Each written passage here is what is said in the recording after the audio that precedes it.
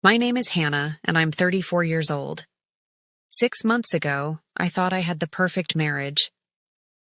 Today, I'm sitting in my apartment, finally free from a family that saw me as nothing more than a walking ATM. This is the story of how a $200,000 debt and an Ironclad prenup changed everything. It started on a Tuesday morning in March. I was making coffee in our kitchen when my husband Marcus walked in with an expression I'd never seen before. His face was pale, almost gray. His hands were shaking as he set his phone down on the marble countertop. "We need to talk," he said, his voice barely above a whisper. Those 4 words sent ice through my veins. In 8 years of marriage, Marcus had never looked at me like that. Like he was afraid. Like he was guilty of something terrible. I turned off the coffee maker and sat down across from him at our breakfast table. The morning sunlight streaming through our bay windows felt too bright, too cheerful for whatever was coming. My stomach twisted into knots as I waited for him to speak. "I got a call from my credit card company," Marcus began, still not meeting my eyes. "There's been some unusual activity on my business accounts." My heart started racing. Marcus ran a small consulting firm, but he'd always been responsible with money. We kept our finances mostly separate, just like our prenup outlined. I had my marketing agency, he had his business, and we split household expenses down the middle. "What kind of unusual activity?" I asked, though I wasn't sure I wanted to know. Marcus finally looked at me, and I saw something that made my blood run cold. Panic. Pure, desperate panic. "Hannah, I owe $200,000. The words hit me like a physical blow. I felt the air leave my lungs. $200,000? That was more than most people made in 3 years. That was enough to buy a house. That was enough to destroy us." "How?" I whispered. "How is that even possible?"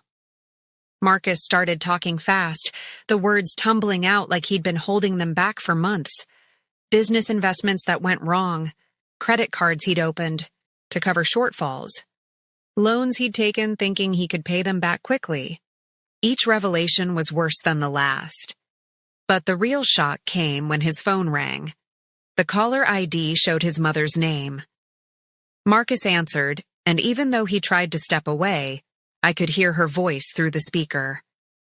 "Marcus, honey, we need to discuss Hannah's contribution to fixing this mess," she said, as casual as if she was asking about dinner plans.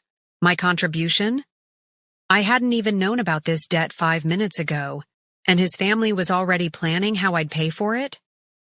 If you are watching this right now, drop a comment letting me know where you are viewing from. Before I tell you about this life-changing decision, hit like and subscribe to hear more real stories about family loyalty and betrayal that might just change how you see your own relationships. That phone call opened my eyes to something I'd been blind to for years. This wasn't just about Marcus's debt. This was about a family that had never truly accepted me, despite my successful career and the fact that I'd been supporting their son's dreams since we got married.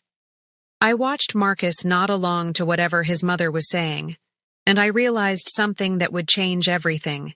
He wasn't going to defend me. He wasn't going to tell her that his debt wasn't my responsibility. He was actually considering making me pay for his mistakes. That's when I remembered the prenup. The document I'd insisted on before we married, despite the hurt looks from his family. The legal protection I'd put in place because something deep down told me I might need it someday. I excused myself from the kitchen and walked to our home office. My hands were steady as I opened the safe and pulled out the manila folder that contained our prenuptial agreement. As I flipped through the pages, I found exactly what I was looking for. Section 7. Financial liabilities. Each party shall remain solely responsible for debts incurred individually, whether before or during the marriage. I smiled for the first time that morning. His family thought they could manipulate me into paying for Marcus's mess. They had no idea what was coming. To understand how we got here, I need to take you back 8 years. Back when I was 26, fresh out of graduate school, and absolutely smitten with Marcus Thompson. I met Marcus at a networking event downtown. He was charming, intelligent, and had this way of making everyone in the room feel like the most important person there. He owned a small business consulting firm, and I was just starting my marketing agency. We were both ambitious, both driven, both ready to take on the world. Our first date lasted 12 hours. We went to dinner, then walked through the city, talking until sunrise. I'd never connected with anyone like that before. Marcus seemed to understand my dreams, my fears, my determination to build something meaningful with my career. But meeting his family was like stepping into a different world entirely. The Thompsons lived in a sprawling colonial house in the suburbs. Marcus's father, Robert, was a retired bank executive who spoke in numbers and percentages. His mother, Patricia, ran the local country club's charity committee and had opinions about everything from proper table settings to appropriate career choices for wives. Then there was Marcus's older brother, David, a surgeon who never missed an opportunity to mention his salary. David's wife, Claire, was a former beauty queen turned stay-at-home mom who seemed to measure her worth by her husband's achievements. The youngest was Marcus's sister, Jennifer, who was in her final year of law school and already planning to join David's father-in-law's prestigious firm. From day one, I felt like an outsider looking in. They weren't openly hostile, but there was this underlying current of judgment.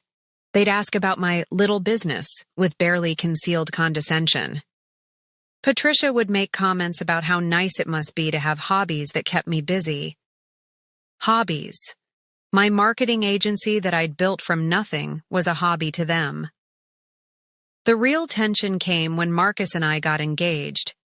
I suggested a prenup, explaining that I wanted to protect both our businesses and keep our finances clear. The reaction was immediate and intense. Prenups are for people who don't trust each other, Patricia said during a family dinner, her voice dripping with disapproval. It shows a lack of commitment, Robert added, not looking up from his newspaper. David actually laughed. What's she protecting anyway? It's not like she's bringing significant assets to the marriage. That comment stung because it wasn't entirely wrong. My agency was growing, but I wasn't wealthy. I lived in a small apartment and drove a used Honda. But I'd worked for everything I had, and I wanted to keep it that way. Marcus was caught in the middle. He loved his family, but he also loved me. After weeks of arguments and family pressure, we finally reached a compromise. We'd have a prenup, but we'd also plan to review it after 5 years of marriage. The wedding was beautiful, but even on that day, I could feel the undercurrent of resentment from his family. Patricia made passive-aggressive comments about my dress being too simple. Claire questioned whether I'd really be able to balance marriage with my career ambitions. But I pushed through because I loved Marcus. And for the first few years, everything was wonderful. My business grew. Marcus's consulting firm expanded.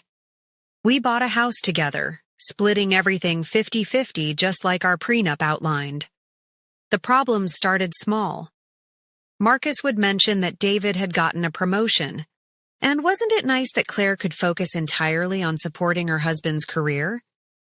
Patricia would call with stories about other wives who'd helped their husbands through difficult business periods. There were subtle pressures, gentle suggestions that maybe I should consider scaling back my agency to support Marcus more. Maybe I should think about what was best for our marriage instead of being so focused on my independence.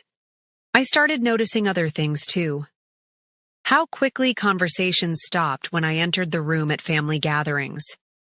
How David and Jennifer would exchange looks when I talked about my clients or business goals.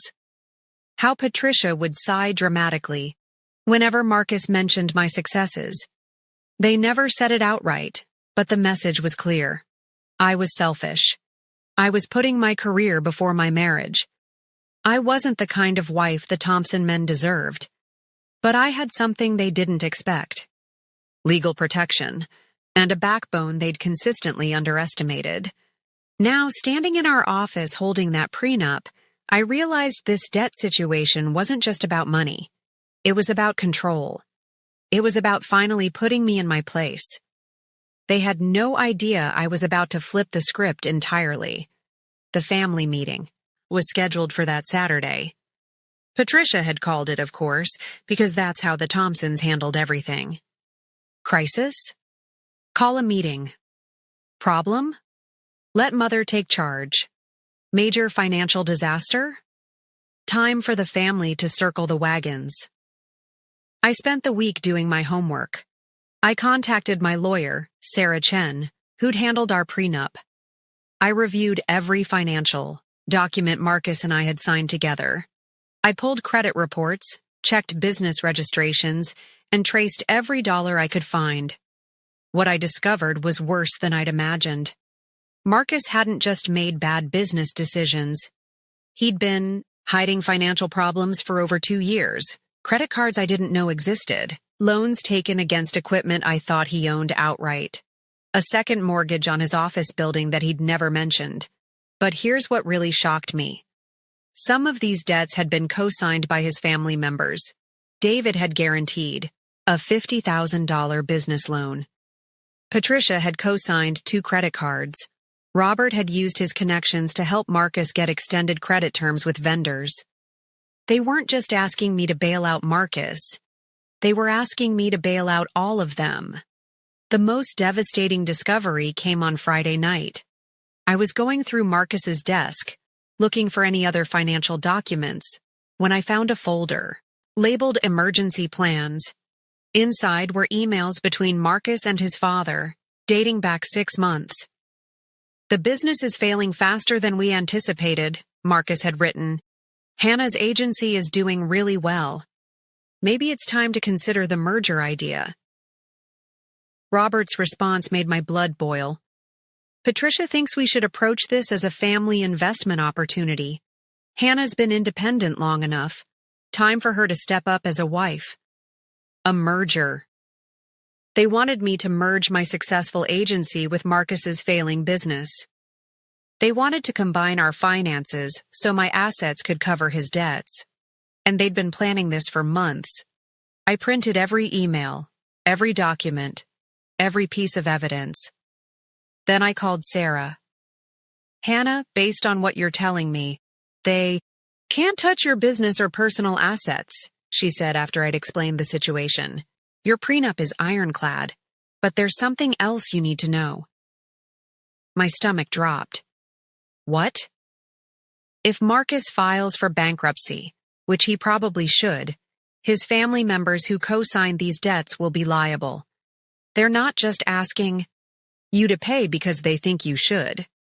They're asking because they're about to lose their own money. Everything clicked into place. This wasn't about family loyalty or marriage obligations. This was about the Thompson family protecting their own financial interests at my expense. Saturday morning arrived gray and rainy, matching my mood perfectly. I dressed carefully in my best business suit, the one I wore to important client meetings. I wanted to look professional, successful, and completely in control. The meeting was at Robert and Patricia's house, in their formal dining room with the crystal chandelier and oil paintings of long-dead relatives. Marcus was already there when I arrived, sitting at the head of the table like he was presenting to a board of directors. David and Claire sat on one side, Jennifer on the other. Patricia bustled around serving coffee and pastries as if this were a pleasant family gathering instead of a financial intervention. "Hannah, dear, sit here next to Marcus," Patricia said, gesturing to a chair. "We're all family after all." I sat down but kept my purse in my lap, my fingers wrapped around the manila folder inside. Let them say their piece first. Let them reveal exactly how much they thought they could manipulate me. Robert cleared his throat and began speaking in his authoritative bank executive voice. We've all reviewed Marcus's financial situation, and while it's certainly challenging, it's not insurmountable with proper family support. David jumped in next. The way we see it, Hannah, your marketing business has been quite successful. This could be an opportunity to expand, maybe take on some of Marcus's consulting clients. A merger would benefit everyone, Jennifer added, her lawyer training showing. Shared resources, combined expertise, unified financial planning. Claire nodded enthusiastically. It's what married couples do. They support each other through difficult times. Patricia sat down and folded her hands primly. Hannah, honey, I know you value your independence, but sometimes marriage requires sacrifice. Sometimes we have to put the family first. I looked around the table at their expectant faces. They genuinely believed I would agree to this. They thought they could appeal to my love for Marcus, my desire to be accepted by his family, my supposed obligation as a wife. Have you ever been in a situation where people completely underestimated you? Where they thought they knew exactly how you'd react, only to discover they didn't know you at all? Let me know in the comments. Time to show them who they were really dealing with. I set my coffee cup down carefully and reached into my purse. The manila folder felt heavy in my hands as I placed it on the polished dining room table. Every eye in the room focused on that folder like it might explode. Before we talk about mergers and family support, I said, my voice steady and clear, I think we need to address a few facts. Patricia's smile flickered. Facts? I opened the folder and pulled out the first document. Let's start with the prenuptial agreement Marcus and I signed before our wedding, the one you all fought so hard against. Marcus shifted uncomfortably in his chair. Hannah, maybe this isn't the time. Actually, this is exactly the time. I looked directly at Robert. Section 7 clearly states that each party remains solely responsible for debts incurred individually. Marcus's $200,000 debt is his responsibility alone. The silence in the room was deafening. I could hear the grandfather clock ticking in the hallway, the rain pattering against the windows. David tried to recover first. Legal. Documents aside, we're talking about moral obligations here, family support. I pulled out the second set of papers. Speaking of family support, let's discuss who else is financially involved in Marcus's business failures. Patricia's face went white. What do you mean? I mean the $50,000 loan David co-signed for Marcus's equipment purchase. The 2 credit cards you co-signed, Patricia. The vendor agreements Robert helped secure using his banking connections. I spread the documents across the table like playing cards in a poker game. You're not asking me to bail out Marcus. You're asking me to bail out all of you. Jennifer found her voice. Those were just family members helping. Those were family members making financial commitments they can't afford to honor, I interrupted. And now you want me to solve everyone's problems by sacrificing my business. Marcus reached for my hand. Hannah, please, we can work this out together. I pulled my hand away and looked at him directly. Together? Like how we worked together when you hid $200,000 in debt from me. Like how we worked together when you and your father planned to pressure me into a merger 6 months ago. The room erupted. Patricia gasped. David demanded to know how I'd gotten access to private communications. Robert started sputtering about taking things out of context, but Marcus went completely still. You read our emails. I read emails on our shared computer about plans to manipulate me into giving up my business, I corrected. Plans you've been making behind my back for months. I stood up, gathering my documents. Here's what's going to happen. Marcus's debt remains his responsibility, as outlined in our legally binding prenuptial agreement. His business failures remain his problem to solve. You can't just walk away from your marriage, Patricia said, her voice shaking with rage. I looked at her calmly. I'm not walking away from my marriage. I'm walking away from a family that sees me as a piggy bank instead of a person. Claire spoke up for the first time. This is heartless, Hannah. Families help each other. You're right, I said. Families do help each other. They also respect each other. They're honest with each other. They don't spend months plotting to manipulate each other. I turned to Marcus. I've already spoken with my lawyer. I'm filing for separation. You have 30 days to move out of our house. The explosion of voices was immediate. Everyone talked at once, demanding explanations, making accusations, trying to guilt me into changing my mind. But I wasn't done. One more thing, I said, my voice cutting through the chaos. Marcus, I know you love your family. I know you thought you were protecting them by not telling me about their financial involvement in your business. Marcus nodded, tears in his eyes. But they've been planning to sacrifice my business to save themselves for months. They never saw me as family. They saw me as a resource to be exploited when convenient. I picked up my purse and walked toward the dining room door. Oh, and Patricia, that comment about marriage requiring sacrifice? You're absolutely right. Sometimes marriage does require sacrifice.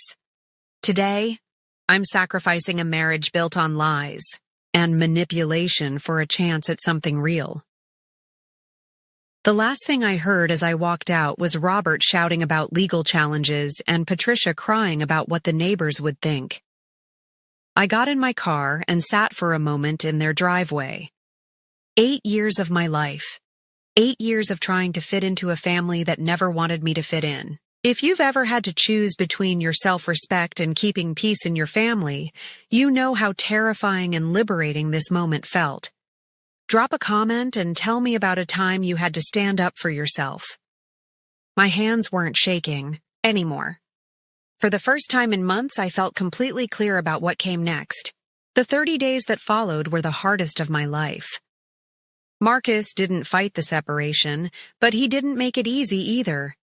He'd call at odd hours, sometimes angry, sometimes devastated, always asking if we could find another way. My family was wrong, he'd say, but I never wanted to hurt you. And that was the tragedy of it all. Marcus genuinely believed he was protecting everyone.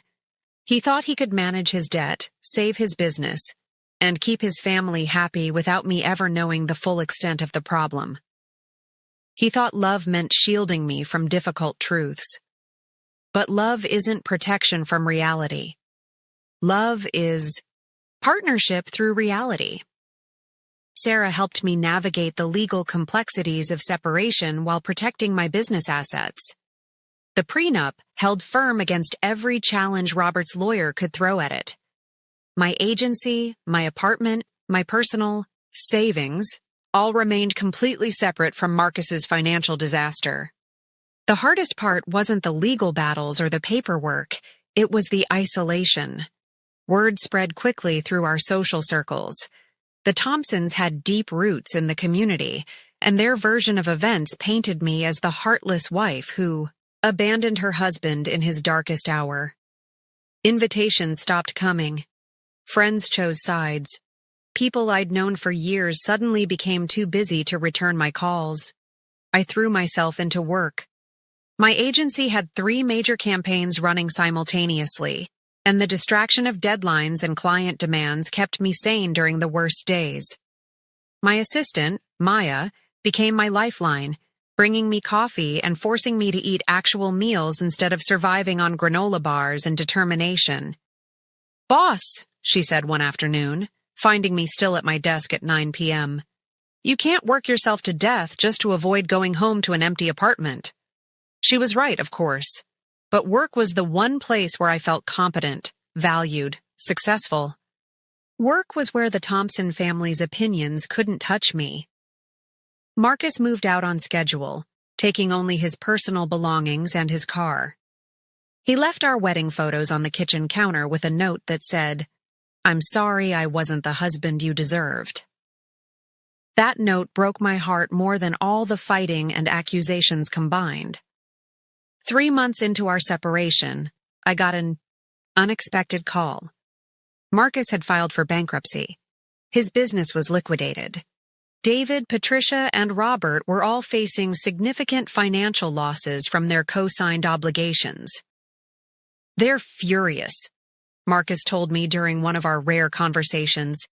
"Dad keeps saying you planned this somehow, that you knew about my problems and let me dig myself deeper just so you could walk away without consequences."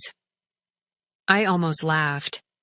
"Your father thinks I orchestrated your business failure and $200,000 in debt just to escape your family? He thinks you're not who we thought you were." "He's right," I said. "I'm not who you thought I was. I'm stronger than that. I'm smarter than that. And I'm worth more than that." The divorce was finalized 6 months later. I kept my maiden name, which I'd never changed anyway. Marcus moved back in with his parents to help them manage their own financial crisis. We spoke occasionally, polite conversations about dividing remaining shared possessions or updating legal documents. Now, 1 year later, I'm sitting in my new apartment, larger and brighter than the one I shared with Marcus. My agency landed 2 major corporate accounts this year. I hired 3 new employees. I'm dating someone new, a kind man who asks about my work because he's genuinely interested, not because he's looking for ways to merge our finances. The Thompson family still lives in their colonial house, though they've had to sell the vacation home, and Robert has come out of retirement to work as a part-time consultant. Patricia no longer runs the charity committee. David and Claire are in marriage counseling, struggling to rebuild trust after their own financial secrets came to light. Jennifer finished law school but couldn't afford to take the unpaid internship at the prestigious firm. She's working for a small practice now, paying off her own student loans. Marcus found a job with a larger consulting firm. He's slowly rebuilding his credit and his life. We're not friends, but we're not enemies either. Sometimes I wonder what would have happened if he'd been honest from the beginning, if his family had accepted me as an equal partner rather than a resource to be managed. But wondering about alternate realities is pointless. I can only work with the choices that were actually made, the truths that were actually revealed. Have you ever discovered that people you trusted were planning to take advantage of you? How did you handle finding out? I'd love to hear your stories in the comments below. The most important lesson I learned through this experience isn't about prenups or family dynamics or financial protection, though all of those matter. It's about the difference between being needed and being valued. For 8 years, I thought the Thompson family needed time to accept me. I thought if I just worked hard enough, achieved enough, proved myself enough, they'd eventually see my worth. But the truth is, they never wanted to see my worth. They wanted to see my usefulness.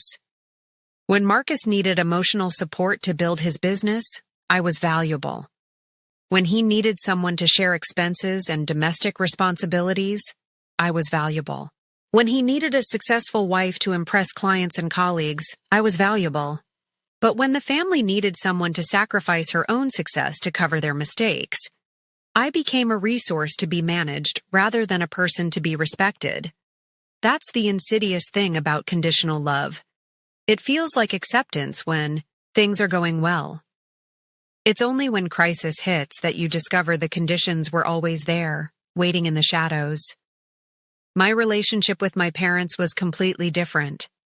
When I called my mom the night I walked out of that family meeting, she didn't ask about the money or the debt or the legal implications. She asked, "Are you safe? Do you need somewhere to stay? What do you need from us?" That's what family support actually looks like. It's not problem-solving or advice-giving or trying to manage outcomes. It's simply showing up with love and asking how to help. The man I'm dating now, James, knows the whole story. He's met my parents, my friends, my work colleagues. He's seen me handle difficult clients and celebrate business victories. He asks thoughtful questions about my goals and challenges not because he wants to fix anything, but because my life interests him. When I told him about the prenup situation, his response was, "Good for you for protecting yourself." That must have taken incredible strength. Not once has he suggested that I was too harsh on Marcus's family. Not once has he implied that I should have been more accommodating or understanding. He sees my boundaries as evidence of self-respect, not selfishness. That's what healthy love looks like.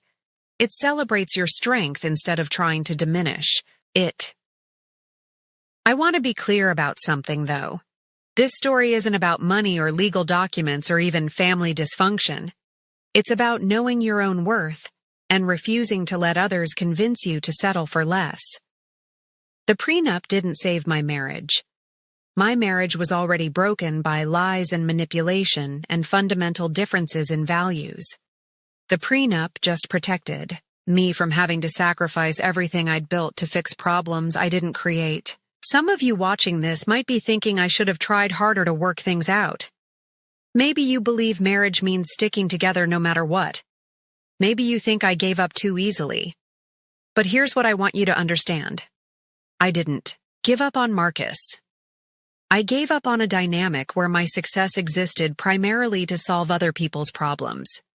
I gave up on being seen as selfish for wanting to protect what I'd worked for. I gave up on trying to earn acceptance from people who were never going to give it freely. If you're in a relationship where you constantly feel like you're auditioning for approval, where your achievements are only valued for what they can provide to others, where your boundaries are treated as character flaws, please know that you deserve better. You deserve to be with people who celebrate your success, not people who see it as an opportunity to solve their problems. You deserve relationships based on mutual respect, not conditional usefulness. Make sure to hit that like button if this story resonated with you, and subscribe for more real stories about relationships, family dynamics, and finding the courage to choose yourself when necessary. I know many of you have your own stories about difficult family situations or marriages that didn't work out as planned. Drop a comment sharing your experience, or just let me know what part of this story hit closest to home for you. And if you're currently facing a situation where people are pressuring you to sacrifice your financial security or professional success for family obligations, please remember, you don't owe anyone access to what you've built. Generosity is a choice, not an obligation. Your worth isn't determined by how much you're willing to give up for others. Your worth exists independently of your usefulness to other people. 1 year later, I'm still learning that lesson, but I'm learning it surrounded by people who love me for who I am, not for what I can provide. And that makes all the difference. Thanks for watching, and I'll see you in the next video.